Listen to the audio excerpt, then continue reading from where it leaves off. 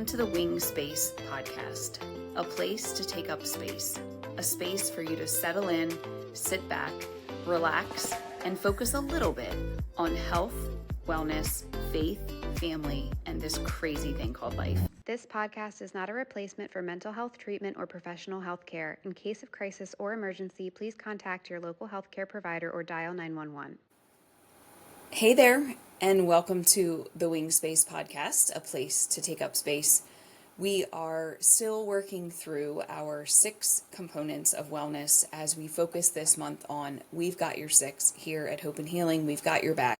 If you've been listening for the last couple of days, or I should say the last couple of episodes, you would have heard me talk about emotional wellness and social wellness, occupational as well as financial wellness, and today we're going to dive into intellectual wellness. So what is that? That seems like a really big word, and maybe not something that we often think about. So again, I'm using the University of New Hampshire's notes, and actually today I'm also going to include some information from Harvard and the Washington State University at Spokane. They've got some really great information about this idea of intellectual wellness, which is allowing our brain and giving our brain both stimulation and rest for critical thinking, curiosity, and creativity. I want you to think about 2 components. When we talk about intellectual wellness, we have our brain. Our brain is the organ that is in our head that we all think about, does all of the hard work. I also want you to think about your mind.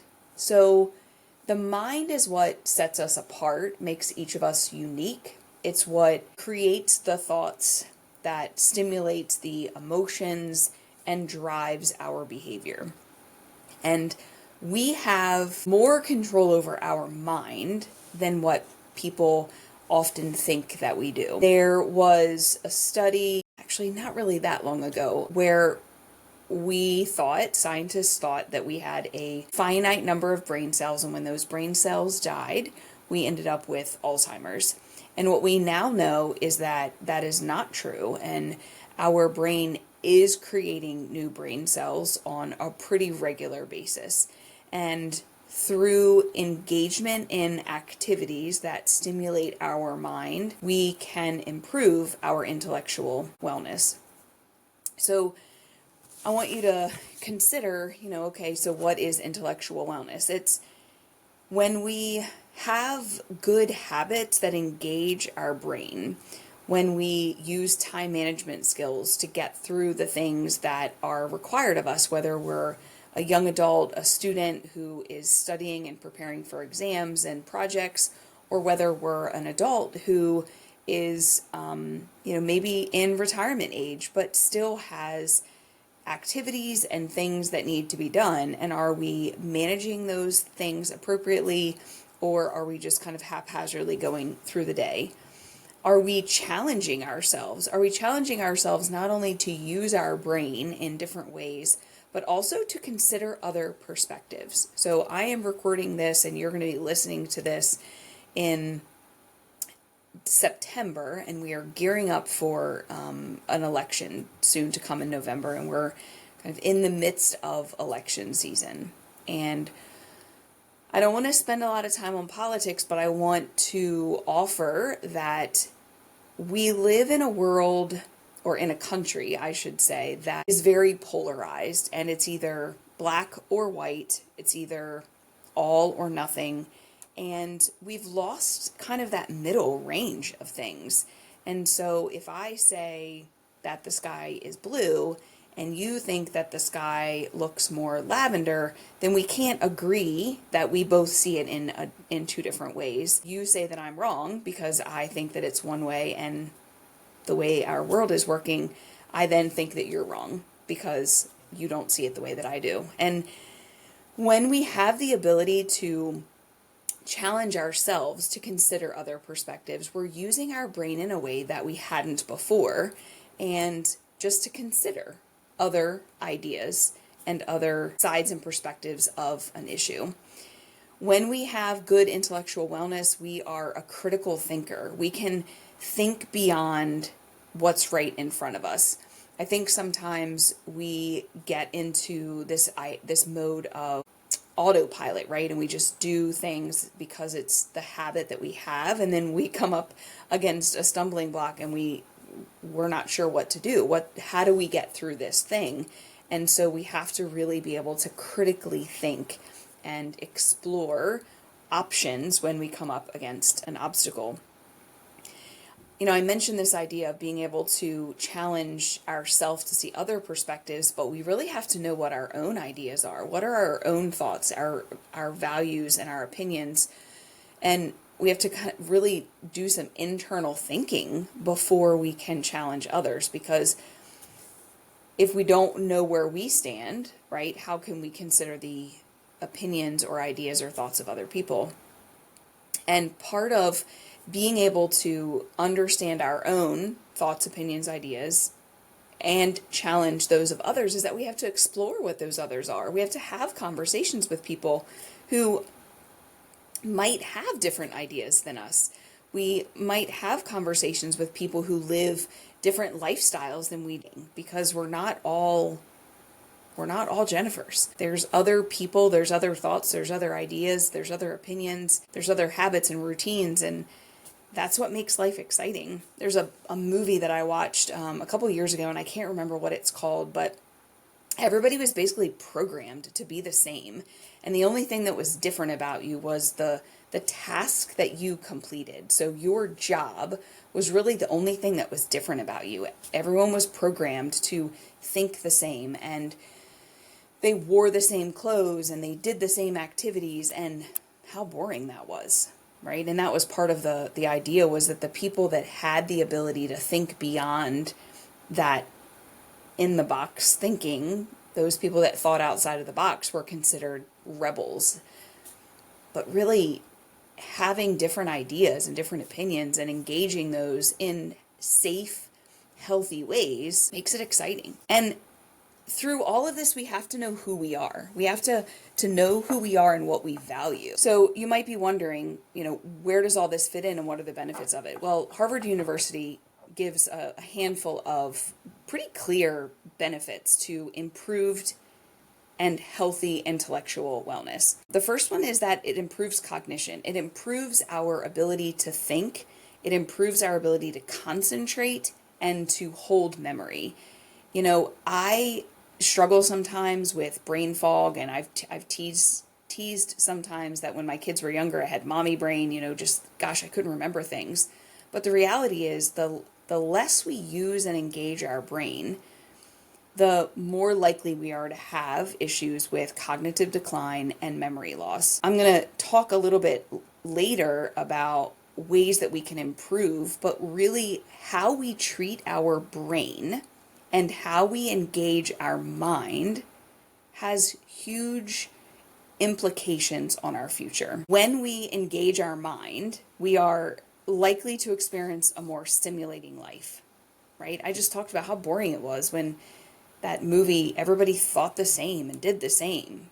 But when we can think uniquely and we can engage our mind, we can experience a more stimulating life. We can develop and we can understand who we are and what we believe in. We can develop our own personal values and opinions and be able to have open-minded conversations and discussions with people that don't lead to differences and conflicts, but rather we can have those solid conversations and be open-minded that there's other opinions. It doesn't mean I have to live out the opinion of someone else, but I can certainly understand and respect that someone else has another opinion. I can think more clearly. Sometimes I feel like my brain is foggy. I mean, that's why it's called brain fog, right? Because it feels like it's just full of clouds and clutter, and it's clunky. So as we engage our intellectual wellness, we're having the opportunity to think more clearly. Ultimately, we have to consider, where do we stand with this intellectual wellness? And the Washington State University at Spokane gives 4 ideas in terms of how to assess your intellectual wellness. The first one is to ask yourself, am I open to new ideas? And some of you might know right off the top of your head, as soon as I say, are you open to new ideas? you realize that you're pretty closed-minded. And maybe that's a challenge that you could consider for yourself. The second one is, am I seeking personal growth by learning a new skill? You know, we've all heard the idea that you can't teach an old dog new tricks. Well, I say that's horse malarkey. I say that we can all learn new things. We can engage in new activities. Our interests change as we get older, and it might be harder to learn a skill as we age than it is when we are younger. But that is why it's so important that we actually learn that new skill. I'll be totally honest with you. I have been holding on to a set of knitting needles and a ball of yarn for probably almost 3 years, because 2 Christmases ago, I said to my mom, you know, I would like a gift card at one of the local shops, because I'm thinking when my husband's sitting and watching television and I'm not really interested in what he's watching, instead of me scrolling on my phone, I could be knitting. That would be a great use of my time. And so I got a gift card for Christmas, and then I didn't use it. So a year later, when I was Christmas shopping, I used it and I got myself those knitting needles and some yarn. And then over the course of the next year, I bought myself a book. And so here we are. I have still not put those needles together. And part of the reason is because it's hard. And I need to challenge myself. I want to challenge myself to consider learning, I need to challenge myself to sit down and start that knitting habit and hobby and learn something new. The third idea that they share is, are we looking for opportunities for learning and stimulating our brain with mental activities? So, you know, obviously that learning how to knit is one of those opportunities. The other thing I have been considering for myself is that I used to play the piano. I was okay at it, and I played for years, and then I stopped. I can still read music, I still sing, I still know what the notes are on the piano, for the most part, on the bass clef, but definitely on the treble clef.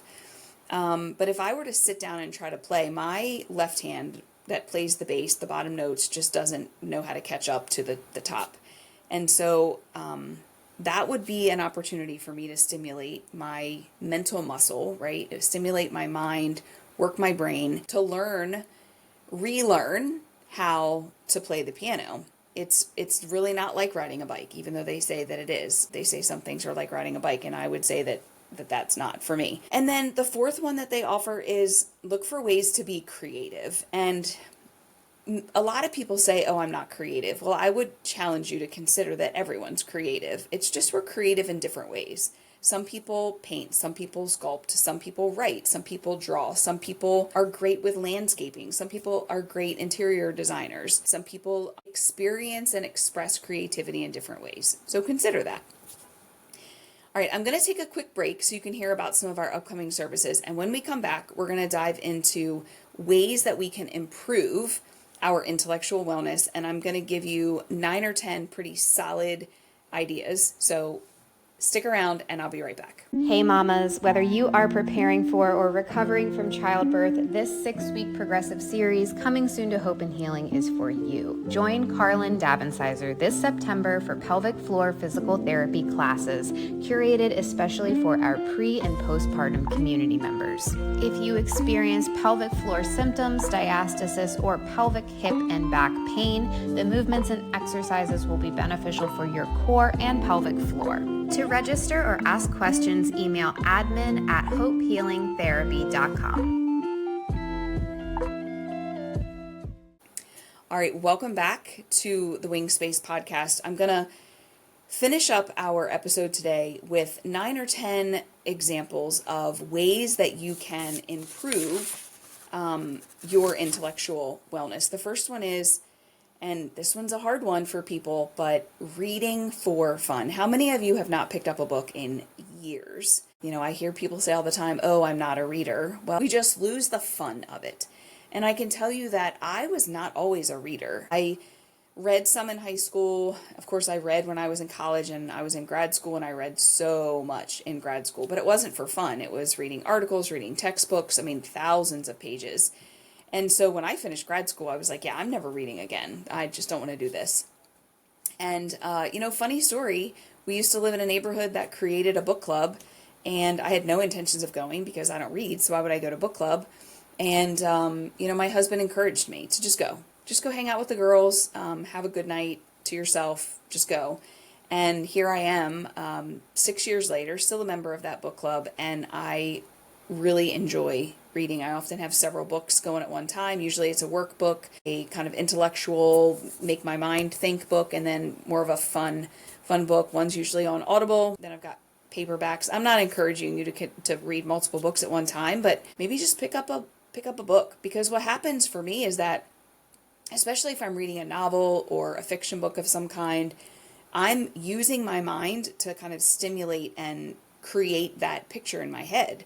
So I'm really not only using my mind, my brain, to read the words, but then I'm also creating something in my head. Consider it. Consider reading for fun. The next one is to talk about or even debate an idea or a topic with someone. My husband can attest to the fact that when I get together with some friends or family members, we just chat for hours. And, we're delicate and we're considerate about the topics that we dive into. But having conversation, and to be honest with you, when I go to my book club, we talk for hours about the book, about world events, about trends that are happening. We don't always agree, and the beauty of being able to debate and have a conversation is that we can respect each other's differences of opinions and maybe consider someone else's opinion. I already mentioned it in terms of asking yourself, am I seeking opportunities to learn a new skill? So here's the to-do is to learn a new skill. Explore. Be creative. Get into nature. Consider what I can learn in the world around me. Play games and have fun. At some point in our life, it's usually, I would say, early teenage years now in our culture, we stop playing. We stop playing and having fun. Oh, that's childish. Oh, that's for kids. Have fun and play games. Whether it's a game of kickball in the backyard, pickleball is like a great thing that's coming recently. I haven't played it myself, but it's recently been brought to our church by our new pastor and his wife, and I'm considering it.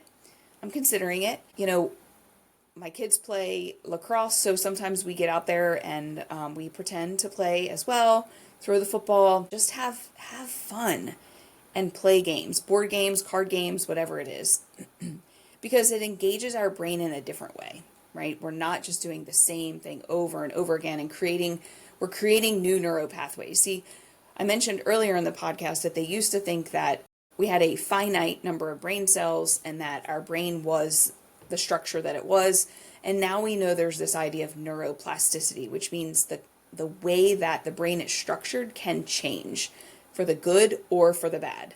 And by engaging our brain in new, creative, different ways, we are molding and shifting and shaping our brain in healthy, positive ways. Another idea is journaling. So there's so many ways that you can journal. You can Google this idea of journaling and it'll give you tons and tons of ideas. I'm going to give you a couple to just consider, and I would invite you to try it. One of them is called a brain dump. And the way I describe a brain dump is that you take a pen, you put it on the paper, and you just write whatever's in your mind. I was listening to this podcast the other day, and Jennifer mentioned about brain dumping, and so here I am, pen to paper, I don't know what to write, on and on you go. Who cares about punctuation, spelling, grammar, all that stuff, right? Just taking what's in your mind to open up space. We have somewhere between 60 to 80,000 thoughts a day, and we're only aware of maybe 10% of those. And so we have all these thoughts in our head. No wonder we feel like we're clunky and we can't think straight, and we have this brain fog because there's so much up there. But if you can brain dump it out, get it out, there's no more real estate being taken up by these thoughts, you can get them out. And then sometimes while you're brain dumping, you have these epiphanies like, oh, okay, well, that's an interesting thought or an idea. Because what can also help with developing our intellectual wellness is exploring our own thoughts and ideas and exploring our feelings about things. I'm gonna jump into some stuff later in our podcast season about emotions, but I want you to consider we sometimes just suppress them. And we just say, oh, that's a negative thought. I don't want to think about that thought, and I don't want to feel that feeling, so I just suppress it. But it stays there, and it creates clunkiness and clutter when really we have to feel the emotions. We have to feel the feelings. We have to acknowledge the feeling, and we have to acknowledge, and then we have to express it in a positive way. But we have to know what the feelings are and what thoughts are driving those feelings first. And that's where journaling can come in. You can also do things like gratitude journaling, where you can just make a list of 3, 5, 10 things that you're grateful for each day. I like the rose, the bud, and the thorn. So the rose is something that was positive, that you are happy about. The bud is something that is maybe up and coming, that you're interested and you're anticipating. And the thorn is something that didn't go so well, and something that maybe needs a little bit of time and attention. There's lots of other ways you can journal, but I would consider that. The next idea is to flex your brain, flex your mental muscle. We talk about, bicep curls and squats and all the things that flex our physical muscles. What about your brain? What are we doing to flex our mental muscle? Things like crossword puzzles and Sudoku puzzles. I know it sounds kind of old school, but the reality is we're not all sitting around doing crossword puzzles all day long, or Sudokus or word finds or any of those things. So it's a simple way of engaging your mind. I mean, even if you just do like a Wordle every day or something like that, flexing your brain in a different way. You've heard me say it before, moving your body. Moving your body. So when we create brain cells, we're creating them at a pretty steady rate throughout the course of the day. And when we exercise at a moderate intensity, we're creating 2 to 3 times as many brain cells. So it has such good brain health effects when you are moving your body. It increases our circulation and our blood flow through our body. And when we have to use our brain, right? When we're running, when we're walking, when we're lifting weights, we have to think and we have to concentrate about what we're doing. We're flexing our mental muscle, moving our body, and fueling our brain and our body. That includes water, right? So much of our body, I think it's like 70% of our body is made up of water. So by the time we are thirsty, we're already dehydrated. So you can just imagine our brain kind of screaming for water. And sometimes we get a headache. Sometimes we can't think straight. Sometimes we just feel sluggish because we're dehydrated. So take a drink of water, fill that water bottle up, and feed and fuel your body. So feed it good, healthy, whole foods and fuel it with good water, because we need water. And mindfulness, meditation. The next one is mindfulness and meditation, prayer, silence, solitude, taking time each day to just sit. And a lot of you might think about meditation as, sitting cross-legged and, just silence and not thinking about anything. And the reality is it's really kind of creating space. And it's about being aware of what our thoughts are. Not so much getting rid of them and clearing our mind as much as it is being aware of what's in our brain. But we can also do that meditation. We can do mindfulness activities. We can pray. We can just sit in silence. One of the things I've enjoyed doing as the temperatures have gotten cooler is drinking my coffee on the front porch. Instead of sitting in the living room, I sit on the front porch and I can listen to the birds. I can listen to my chickens early in the morning. I can feel the warm sun coming up. Just sitting, not scrolling, not watching TV, and being intentional and mindful and meditative in that same way. And the last one is sleep. We have to sleep. You've heard me say it before. Feed, fuel, move, rest. Those are the 4 things that our body needs. We can dive into multiple things among those 4 components, but feeding, fueling, moving, and resting our body.